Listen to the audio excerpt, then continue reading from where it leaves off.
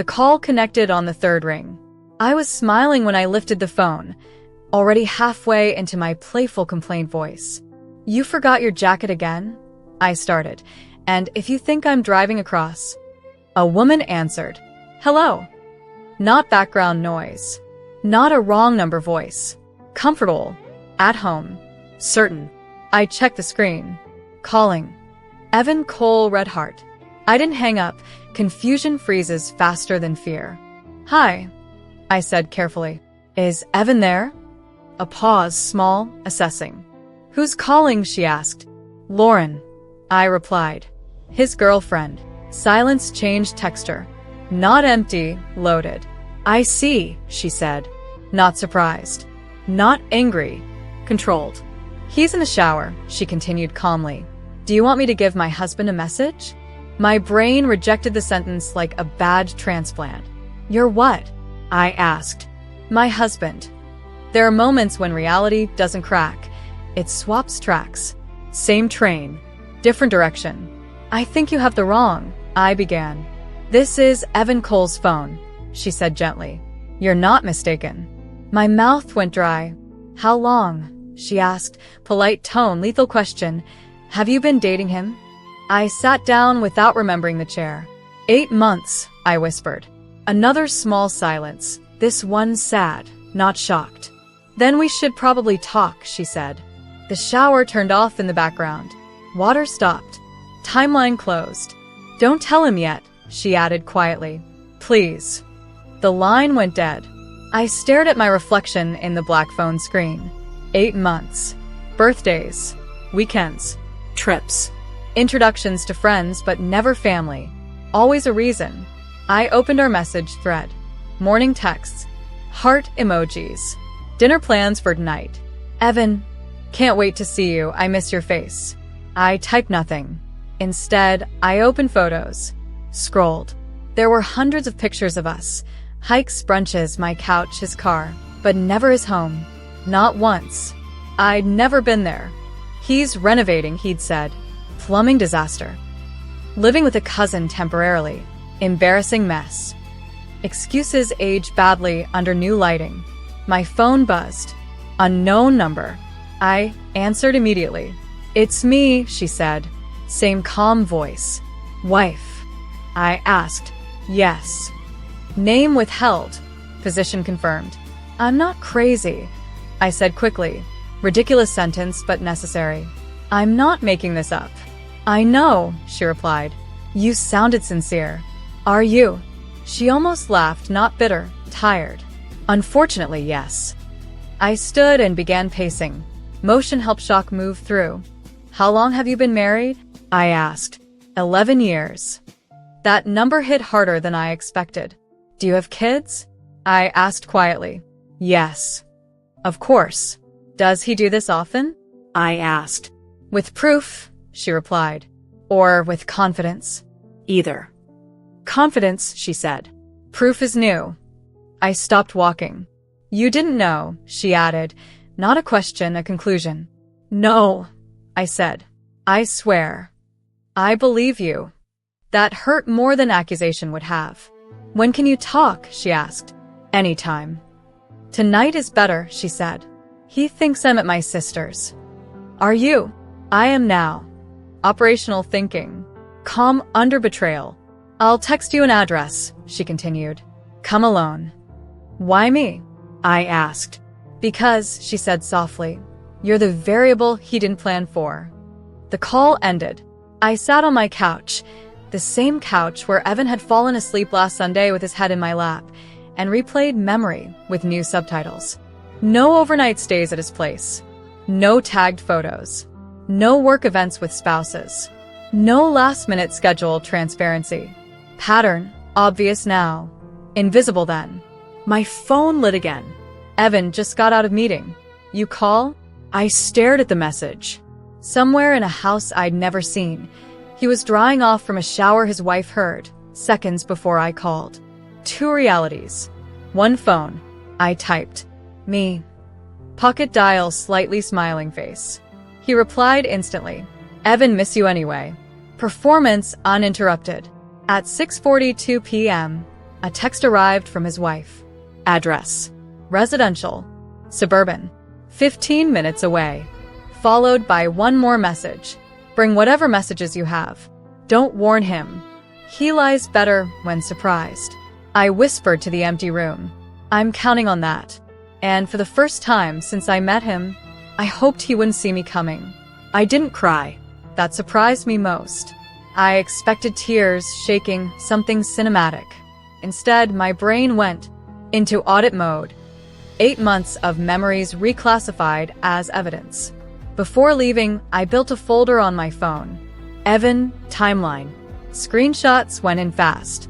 Texts, photos, voice notes, calendar invites, ride receipts to places he claimed were near home, but never quite at home. Pattern mapping is emotional armor. My phone buzzed while I was tying my shoes. Evan, still on for dinner? I found that Thai place you like. Routine intact. Double life running on schedule. I answered deliberately. Me? Can't wait. Let the clock keep ticking. Maya's old line echoed in my head. Liars reveal more when uninterrupted. The address his wife sent led to a quiet subdivision. Trimmed hedges, porch lights, basketball hoops over garages. Family geometry everywhere. I parked one street over like she asked. Engine off. Hands steady. For a moment I watched the houses and wondered how many secrets lived behind normal windows. My phone buzzed. Blue door. Porch light off. Come now. I walked. Every step felt like crossing into a documentary I didn't consent to film. The blue door opened before I knocked. She stood there, early 40s, jeans, sweater, no makeup, composed like a surgeon. Not what I expected, which I realized meant I'd expected something unfair. You're Lauren, she said gently. Yes. I'm Natalie. Name finally given. It landed with weight. Thank you for coming, she added. Thank you for calling, I replied. We shook hands. Not rivals. Witnesses. Inside smelled like real life. Laundry detergent, dinner spices, crayons. A backpack by the stairs. Family photos on the wall. Evan everywhere. Different Evan. Younger haircut. Softer smile. Arms around 2 kids. A boy around 9, a girl maybe 6. My stomach dipped. He told me he didn't have children. I said quietly. I assumed, Natalie replied, that he told you a lot of things. We sat at the kitchen table like 2 investigators with different case files. I sent the kids to my sisters, she said. We can speak freely. I opened my phone folder and slid it across. She didn't rush. She reviewed like evidence, scrolling, zooming, reading timestamps. How often did you see him? She asked. 3, 4 times a week. Weekends? Yes. Overnights. Sometimes at my place. She nodded once. Data point placed. He told me he had late client dinners, she said. He told me he hated late client dinners. We almost smiled. Did he ever take you near his office? She asked. Yes, but never inside. Did he avoid being photographed in public? I thought. Not avoid, manage. She pointed at a selfie of us I'd saved. See how he angles away from background? I zoomed. He did. Every time.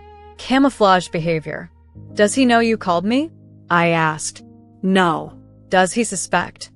He suspects everyone, she said. But not specifically. That was a practice sentence. How did you find out about me? I asked. Phone bill detail, she replied. Repeated number.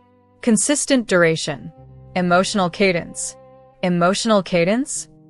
You can hear tone even in silence, she said. Long calls are never about spreadsheets. Fair. I almost called pretending to be a survey, she added. Then you called first. Fate has timing humor.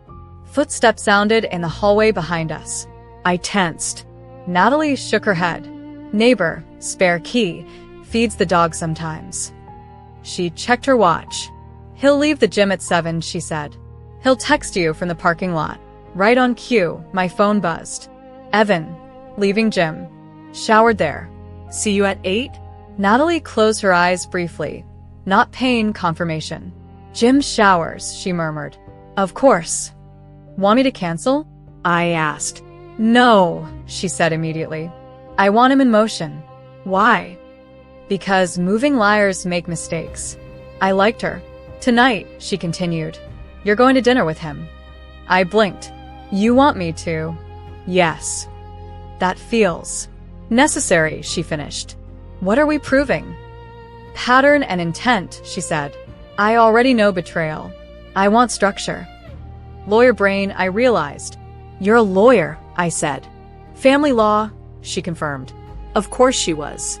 Universe does enjoy symmetry. What do you need from me tonight? I asked. 3 things, she said, counting on her fingers. Ask about travel next month. Ask about introducing you to family. Ask to see his house, suddenly. Direct. I asked. Direct, she nodded. Truth hates direct. My phone buzzed again. Evan, thinking about you in that black dress. Natalie saw it on my screen. He uses future imagery, she said quietly. Keeps emotional hooks forward-facing. How long have you suspected? I asked. 2 years, she replied. That stunned me. Why stay? She met my eyes evenly. Because preparation beats panic. No bitterness. Just calculus.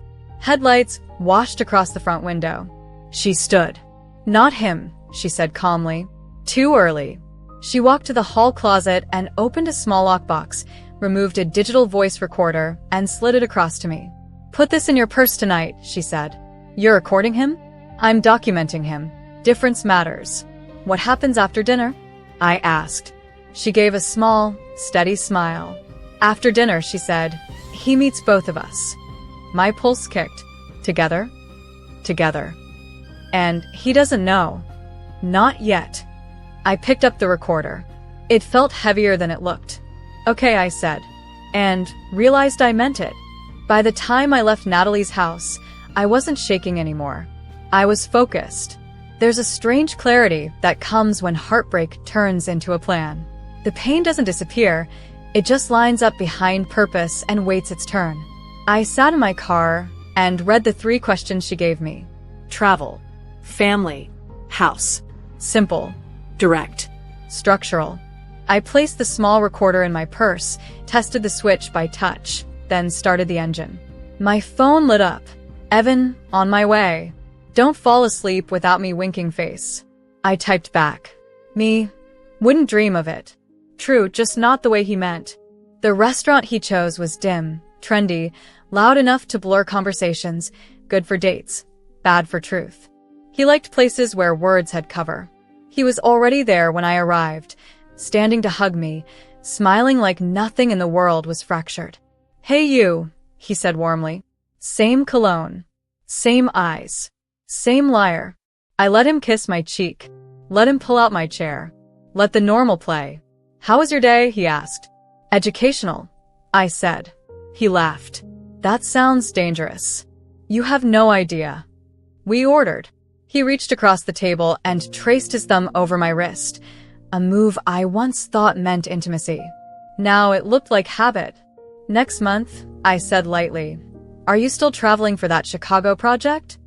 His hand paused a fraction too long. Yes, he said.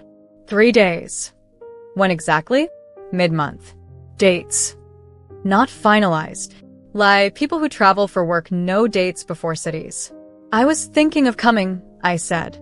Mini trip. He smiled, but it didn't reach his eyes. Probably boring, he said. Vendor audits. I like boring. We'll see, he replied, delay language. Recorder running quietly in my purse. Question 1. Logged. He changed subject, another tell. I've been thinking, he said. We should do a weekend away. Cabin maybe. Future hook again. Before or after I meet your family?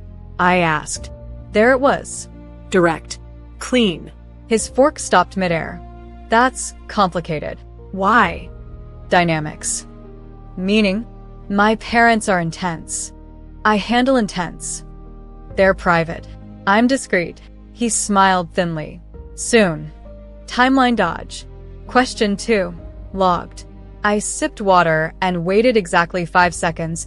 Silence pulls truth forward. Let's go to your place tonight, I said. No build-up. No cushion. Impact. He blinked twice. Fast. Tonight? Yes. It's a mess. I've seen mess. Construction mess. I'll wear boots. He laughed, forced searching exits. Utilities are half shut off. I don't need lights. Lauren. Evan. Name, steady, centered. If we're serious, I should see where you live. We are serious. Then show me. He leaned back, exhaled, shook his head slightly, like I was the unreasonable one. Gaslight attempt loading. You're rushing, he said. 8 months. Am I? I asked softly. He studied me, recalculating, and I saw it clearly now. He didn't fear losing me. He feared losing control of narrative. Next week, he said. Address? I asked. I'll send it. Say it. Why? So I can order you food sometime. He smiled again, stall smile.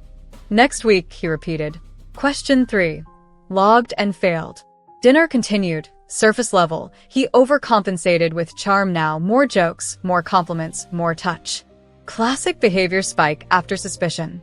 When the check came, he paid fast, ritual intact, provider performance. Outside, night air felt cleaner than the conversation. He pulled me into a hug. I missed you today, he said. I know, I replied, and meant I know you lie daily. His phone buzzed in his pocket. He glanced. Micropanic. Work, he said. Of course it was. It was Natalie. She had told me she'd text at this exact window to see behavior response. What kind of work texts hearts? I asked lightly. He locked the screen too fast. Wrong thread, he said. We stood there, streetlight overhead, truth fully visible to one of us. I'm tired, I said. I'm going home. I'll come with you. No, I said gently. Early morning. Disrupt pattern. Remove access. Observe reaction. He hesitated, surprised, then recovered. Tomorrow then. Tomorrow, I agreed. He kissed me, longer than usual. Reassurance kiss, not affection kiss. I let it happen because evidence includes behavior under false safety. When I got into my car, my phone rang immediately. Natalie. Well, she asked. He failed all 3. I said. Of course he did. I have it recorded. Good. What now? Now, she said calmly, we close the triangle. How? Tomorrow night. My house. 7 p.m. With him. With him. And me. My pulse kicked again. Not fear, anticipation. Will he come? I asked. Oh yes, she said. He thinks he's meeting a client. I smiled slowly. Turns out, she added, he is. The next day felt like waiting inside a held breath. Evan texted more than usual, which told me he felt something shifting, even if he didn't know what. Overcompensation has a rhythm. Evan, 8:12 a.m. Morning beautiful. Evan, 9:03 a.m. Random thought, you make my weeks better. Evan, 11:27 a.m. Dinner again tonight? I'll cook at your place. Cook at my place. Safer territory, his logic, not mine. I replied at noon. Me. Tonight's tough. Client thing. Rain check tomorrow. Delay creates vulnerability windows. Natalie called at lunch. Still steady, she asked. Yes. Any suspicion? Attachment spike, not suspicion spike. Good read, she said. He's guarding access, not truth. What's tonight's setup? I asked. Simple, she replied. He thinks a referral client needs contract review. I told him it's urgent and private. You used your lawyer voice. I used my billable hour voice. I smiled. Where will I be? I asked. In the dining room when he walks in. No hiding. No hiding, she said. Ambushes create denial. Visibility creates confession. That line stayed with me all afternoon. At 6:40 p.m., I parked again one street over from the Blue Door house. Same as before, same calm, different mission. Natalie opened the door immediately. On time, she said. Always, I replied. The house was quiet, kids still at her sister's, table cleared, one legal pad open, 2 pens placed parallel. Interrogation symmetry. You okay? She asked. Yes. Angry yet? Not yet. Good. Anger is phase 2. Headlights swept across the window. She checked her watch. Right on schedule. We didn't move to hide. We stayed seated. Engine off. Car door shut. Footsteps up the porch. Key and lock. He entered talking mid-sentence. Phone at his ear. Yeah, I'm here now. Should be quick. He saw me. Sentence died. Phone lowered slowly. Then he saw Natalie at the head of the table. Color drained in real time. There are moments when a double life collapses without sound. This was one. What is this? He asked. Accurate seating, Natalie said calmly. Close the door. He did. Always control reflex first. I thought this was a consult, he said. It is, she replied. Marital fraud. His eyes flicked to me, then back, recalculating strategy trees. Lauren, he said, switching tone fast. I can explain. Good, Natalie said. We're listening. He stayed standing, power posture attempt. She didn't invite him to sit. That was intentional. I don't know what you think you know, he began. I reached into my purse and placed the recorder on the table. Clicked stop. Clicked play. His voice filled the room. Since spring. Mostly here. I did. No one. Restaurant audio. Clean, undeniable. His shoulders dropped 2 inches. Denial branch closed. You recorded me? He asked. Yes, I said. That's illegal. Natalie slid a printed statute page across the table. Not in a one-party consent state, she replied. Lawyer efficiency. He didn't read it. He knew tone. Okay, he said, switching tactics again. I made a mistake. 1. Natalie asked. He hesitated. Language counts crimes. More than 1, he amended. How many relationships during our marriage? She asked. He looked at the ceiling, counting or inventing, same gesture. 3, he said. I wasn't even the first. Data point, not dagger, surprisingly. Overlap? She asked. Yes. Financial spending on affairs? No. I slid printed hotel receipts across the table. He closed his eyes briefly. Yes, he corrected. A truth improves with documents. Did you tell Lauren you were single? Natalie asked. Yes. Did you tell me you were working late those nights? Yes. Did you introduce her to friends as your girlfriend? He looked at me. Last attempt to recruit sympathy. Yes. Did you conceal your children? Yes. Did you fabricate housing status? Yes. Confession cascade. Once started, hard to stop. Why? I asked. First emotional question. Placed last on purpose. He answered without thinking. Because it worked. Honesty is often arrogant. Natalie wrote that down. Anything else you'd like to disclose before I proceed with filing? She asked. Filing. Word hit him physically. You're divorcing me? He asked. I'm documenting you, she said. Divorce is just the container. He turned to me again. I do care about you, he insisted. I believed him. And it didn't matter. Care without truth is consumption. I said quietly. Not love. He had no counter for that. Phone buzzed in his pocket. He ignored it. It buzzed again. Natalie smiled faintly. That's the 4th woman, she said. I texted the number from last month's bill. His head snapped up. Pattern closed. I think we're done here, she added. He looked between us. No allies left, no narrative left, just fact. What happens now? He asked. I stood. Now, I said, you stop managing 2 realities and start living in one. He whispered my name, plea, habit, too late. I walked to the door and opened it. Cold air. Real air. Behind me, Natalie's voice, calm as ever. I'll have your attorneys served Monday. I stepped outside, heartbeat finally catching up to events, and for the first time since that phone call, I felt free before I felt broken. The door closed behind me with a soft click. Not dramatic. Not loud. Just final. I stood on the porch for a moment, breathing cold evening air like I'd been underwater too long. My hands were steady again.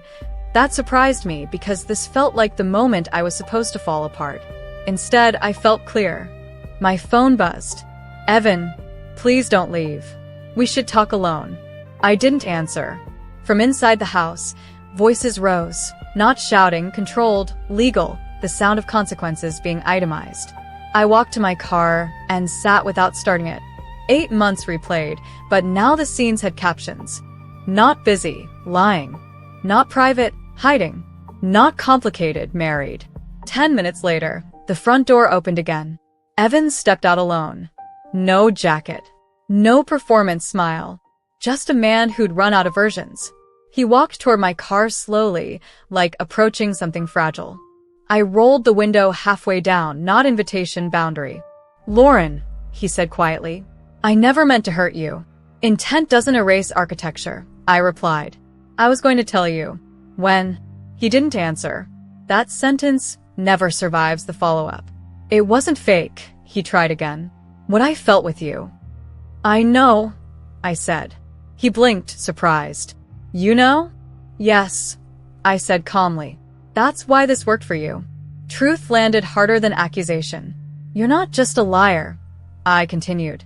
You're a compartmentalizer. You feel real things in fake structures. He leaned on the door frame, defeated posture now. I can fix this, he said weakly. You can't fix multiplied truth, I replied. Please don't testify against me in the divorce. There it was. Not heartbreak. Exposure fear. I'm not your shield, I said. He swallowed. Were you ever on my side? I was, I answered. Before I knew there were 2 teams. Silence. Street quiet. Porch light still off behind him. What did she tell you? He asked. Everything you confirmed, I said. He nodded, tiny, surrender complete. I did love you, he said one last time. Past tense. Accidental, accurate. Goodbye, Evan. I rolled the window up. This time he didn't knock. 2 months later, the divorce filing was finalized. Natalie texted me once. It's done. Thank you for standing in truth. I replied. Thank you for choosing it. We never became friends, but we became something rarer, mutual witnesses who didn't look away. I changed my number. Not from fear, from closure. I boxed the photos, exported the evidence folder to an encrypted drive, and archived it under one label. Lesson, not loss. Maya asked me over coffee, what was the real red flag? I thought about it. Not the canceled plans. Not the missing house.